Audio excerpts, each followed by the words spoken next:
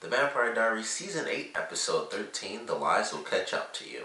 Really enjoyed this episode. We had the big reveal in this one that Dorian's family was actually killed by Stefan a long time ago, and that he was one of the people that was actually regaining his memories after Stefan turned human and all the compulsions actually wore off for everybody. We are introduced to the fact that the connection that Bonnie was having with Enzo wasn't the fact that there was another side. It was the fact that she created her own alternate dimension, which I thought was a really nice reveal, because I was like, okay. I was super confused at first when, she's working with Cade and Enzo's like, don't trust him, like, don't let him take me basically to hell. And she's like, well, if you're not in hell, then, what's happening? So I'm like, well, it can't be purgatory, because they explained that purgatory was like the original other side, and now the other side is just basically, it seems like everybody goes to hell. We don't know what the heaven looks like, but pretty much everybody in this show ends up going to hell. So the way it started off, I was like, okay, what the heck is going on? And then we get the answer that she actually created this other dimension, which is really weird that the other dimension is like the messed up version of the cabin, but I guess it's because they actually burned it, so they didn't want to rebuild all that. Because I was like, at first I thought that was his hell, and it was going to be him reliving that moment where he almost died and stuff like that, or maybe it would be reversed where she actually dies in the fire. And that's what I thought was happening. It was like, oh, it's his hell where it's all burnt down, and maybe they both just die in the fire, or he's forced to watch her die over and over. And it's like, nope, that's just her alternate dimension. He's just in the burnt down version of the cabin. I just thought that was kind of funny. But I like the reveal of that, and maybe there's some way to bring him back. They can make some sort of thing. If Cade is able to step out of his own dimension, as well as Kai in this episode, he's kind of half and half, but he's able to step out of it because of the bell. Maybe there's something that they can do with that. Maybe, try to find a way after they, kill off Cade and stuff to make it possibly less painful for Bunny. But maybe there's some sort of spell that they can figure out to actually bring him back, because he is within her own psychic dimension. So I thought that was really cool. I like the fact that they explain what's going on with her, and it's not her actual magic coming back. It is that she's full-on psychic, which apparently is not all witches. Like, she's specific to actually being psychic. So I thought that was really cool. She's getting more of her psychic abilities back, like when she was in the beginning of the series before she realized that she was a witch. She just flat out has the ability to have certain senses and stuff, like when she was sensing Damon's feelings and stuff. And then for whatever reason, probably just because she became so powerful in that specific moment, she now has a connection with Cade, and so they have a certain sense of each other a little bit. So I thought that was pretty cool, and she somewhat develops her powers. He tries to teach her a lesson a little bit, but it's mostly to find Enzo, we find out. And I like that. I was like, alright, so they kind of officially tell us what's going on, because I thought for sure something's happening. It's got to be like latent witch powers coming back or something, and it's like, nope, it's just psychic powers, which pretty much seemed to be like witch powers, as powerful as some of the stuff they showed her doing. Like, she was kind of losing it. The whole place is shaking, steam is being created. I'm like, that's basically witch powers right there. So I don't know. I mean, it's just really powerful psychic stuff. Just about the same thing as being a witch. We saw what Cade did when he set himself on fire. So if he can do that in the actual physical realm, it's basically the same as having certain magical abilities. But I like that they introduced that, and I still hope that she's the one that does it. To actually take out Cade, even though we find out now that there is actually the possibility that Enzo could come back. But I really love that they introduced the possibility of him coming back, a slight expansion on what's truly happening with her abilities now, and like this new awakening that she's had. The other side of this story with Stefan, who cannot, I don't know if they'll do, I doubt they'll do this for the last couple episodes, but he's been human for 2 episodes, and in each one he's been had some near fatal injury. So it's just like he gets stabbed in the stomach last time, he got shot in the stomach this time. Just really funny the way it's been playing out for him lately. But we find out that Dorian is the one that captured him at the end of the episode, end of the last episode, and we get the reveal of what happened with his family and him remembering certain things and him going through this crazy grieving process where he was angry and he's like, how can I move on knowing that you're alive and that everybody's feeling bad for you and stuff when you killed all these people. And I thought that was very interesting that this was a guy who was coming into it. Like, we've seen them do like some of the craziest stuff, and they talk about it all the time. But we finally had someone who didn't know him for such a long time come into it and say, a lot of the things that we've heard him say about himself. And everyone typically is like, no, you don't deserve that. And Dorian doesn't know him that well, and he's like, no, you definitely deserve to die. But Dorian, being an actual good person, after he does end up shooting him, he kind of freaks out and is like, I can't go through with this. So I like the way that that all played out, and Stefan decides that he's going to fight for his own existence instead of just, you know, giving up and going back to Cade. He still wants to do everything that he can to atone for all the insane stuff he did as a vampire. So that's kind of the route that he decided to take. Unfortunately, he does end up surviving, but he does tell Matt to give Dorian all these files. So it's like, if you want justice to be served, you can do it this way, and he will, you know, spend his time in prison, or you can set aside the past and we kind of move on to something better. And the way they did it was almost like a commercial. It was like a PSA sort of thing. It was like, or you can set aside the past and build toward a better future. And I'm like, it's not like he's drunk or something, like he needs to fix himself. This is like something that happened to him. And I thought it was a little weird to hear that, where I'm like, this isn't him like fixing himself. This is like him dealing with a very serious trauma that he now knows for who knows how many years has been a big lie. I think they said like 6 years has been a huge lie, because it wasn't random, it was totally Stefan's fault. So it was kind of funny to hear him say like, or you can set aside the past and move on to a better future. And I'm like, well, he's not fixing himself really, but I still get what they meant, just, you know, finding a different way to move on, and also allowing Stefan to somewhat, you know, try to do what he can to atone for the crazy stuff that he's done. But really love that. Damon and Kai was very interesting in this episode. Kai comes back and, you know, he just shows up right in the grill and he's like, all right, I'm going to get a bunch of food. And then he's like, I can't taste anything. And he realizes he can't even feel anything after he stabs himself through the hand. And he goes through and it's like, all right, I'm in this weird, he's basically in purgatory. It's a very weird thing where he's half still in Cade's dimension and the other half is him being out. So he doesn't feel all the physical pain and stuff. He can still do magic and basically do everything. He just can't taste or feel stuff. So he's got it fairly good, but he does continue to slip back into Cade's dimension throughout the episode. And he realizes that he can basically, if he like eats people and stuff, then he feels a little bit better. But of course, in the end, he remains the same dickish character. And so he siphons off Damon, not completely takes him out. So he's going to be just like pseudo dead, you know, inside the tomb, and he makes Elena's casket invisible. He takes off, he takes the casket, so who knows what his actual plan is going to be, because Cade's still looking for him, now that he, you know, basically forced his way into Bonnie's mind.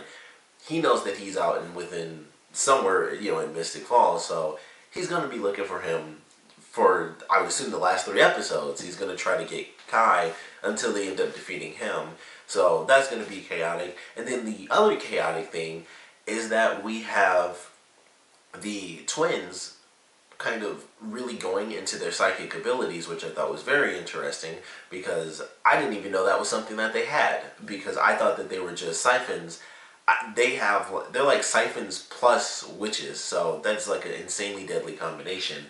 And I guess I just never realized that. I just always assumed that they were always just siphons. And I guess I mentioned that before, like when the early on in this season when they had the tuning for it, it affected them. And I was like, that's interesting that it would affect them, because it doesn't affect all magical things like it, otherwise it would have affected all the vampires. I was like, there's something extra going on there, and it's specifically for psychics. It's not for witches. It's like, that's why Lonnie was always affected, because of her psychic side. And now we find out that that's why the girls are affected, so they have like full-on psychic powers, and they're witches, and they're siphons, so there's just like an insane mega combination of stuff. And now they're latching out where, I don't even know the girls' names if I'm being totally honest, but, you know, one grabs Caroline's arm and she like siphons her for quite like a couple of seconds. And then her sister gets mad and she's about to, like, she was 1 letter off from saying Incendia, and she was going to like scorch her sister sitting right next to her. And I was like, holy crap, I don't know where they're headed with this, with 3 episodes left to go, but that was pretty intense, where she was just going to set her sister on fire. In like less than a second, her sister was about to be gone, and there was nothing they could have done because they don't have magic powers. They couldn't have just canceled the fire. She would have just burned alive unless she knew the spell to stop herself from being on fire. So that was pretty crazy, and I don't know where they're headed with that, but it did happen in this episode, and I'm assuming it will before the show is over. But Kai's gonna find out that the girls are alive. He's gonna figure something out somehow, and I thought it would happen in this episode, but he's gonna find out that those twins did survive, and I don't know what the heck's gonna happen there. But it was very interesting. Just the way that all that stuff was playing. I was just like, man, this is just. It was just poof. It's like right in the end, they're going nuts and they're lashing out and they can't control themselves, and we don't know why that is. Maybe it's because I think he said it happened like a few days ago, so it wasn't. I mean, it could be because Kai came back. That could be a part of it, because when Kai first came back, they mentioned that it was when they were ringing the bell, which was a few days ago. And Laurie mentions that it started like a couple of days back, so maybe it does connect to Kai in some weird fashion, considering that bloodline and all the stuff they went through with like the twins having to like kill each other and stuff like that. That wasn't mandatory, of course, because that's what they were doing before, but I don't know. I feel like it has to have something to do with that, with them being connected in such a crazy manner, and there's just a lot to it. Like maybe I just feel like that has to be why they're lashing out. It's like something mentally is kind of siphoning, like literally, like just somehow with him, with Kai, like half existing in this dimension, somehow that's forcing the girls to somewhat take on his personality, where they're just lashing out and being like insane like he is. So I feel like that's where they're headed. Could easily be wrong. You just never know. It's magic. They could have 100 million excuses, but only 3 episodes left, and they introduce this sort of bombshell where they might just snap on somebody and be like, I'm just going to say Incendia and kill someone. So who knows how that's supposed to be solved. Plus they got Cade. Plus now they have Kai. But I am excited for where they're headed. We got like a really tiny promo for the actual final episode for one of the commercial breaks where Elena comes back. I was surprised they did that. I mean, I assume a lot of people know at this point that Nina Dobrev is going to be in it, and hopefully I didn't spoil that for the couple of people that watch my reviews, but I feel like there's some people out there who are probably a little upset now that they've shown that, and I think it was like March 10th or something like that, and fortunately there was also a promo for the originals, which comes on March 17th, so you know, we got our finale for this, and then the week after we're getting the premiere for the originals, which I'm definitely excited for that. They've shown like no footage for this new season. I think this is the most footage I've ever seen for this new season, because like the promo when like Comic-Con came out, it was like the tiniest promo. They basically did a big recap of the last season, and then like the last like 5 seconds was brand new footage, and that was it. And I was like, that's a horrible trailer, but I'm still excited for the show.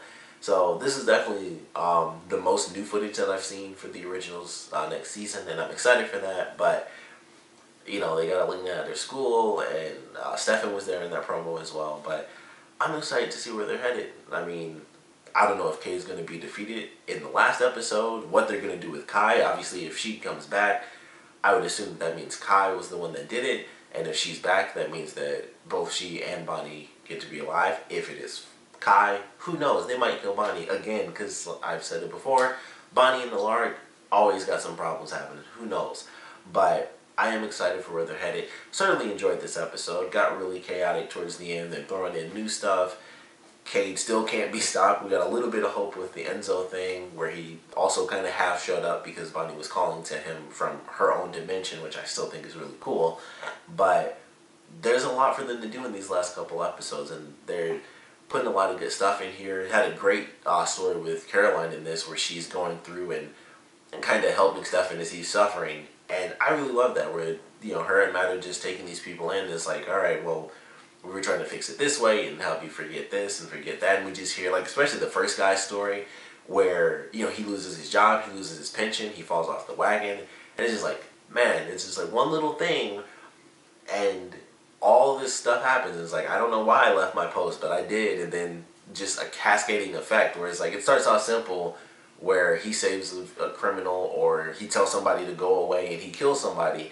And we always think about, like, the person he killed, but then it's like, huh, yeah, and they kind of do it in 2 ways, because Dorian even says, like, so the person you leave alive, I guess you don't believe is your victim, that sort of thing. And I was like, man, they kind of showed it in 2 different ways, where that guy that was compelled, he lost so much from his life, and the same for Dorian, where he survived, but he's definitely still a victim because of what Stefan did. So love the way that they kind of tackle that from 2 different perspectives, and people just losing their families over and over again, and suffering in, you know, such crazy ways, and now having to like relive that trauma or understand that trauma, I guess, because Stefan's not human. But love what they did with the episode. Of course, would love to know what you guys thought about it. So please comment below. Let me know your favorite parts, or least favorite parts, and I definitely want to know what you guys thought about the reveal of Bonnie's sort of her own personal dimension, and also her exploring more of her psychic ability that, as Cade says, that's never happened since him.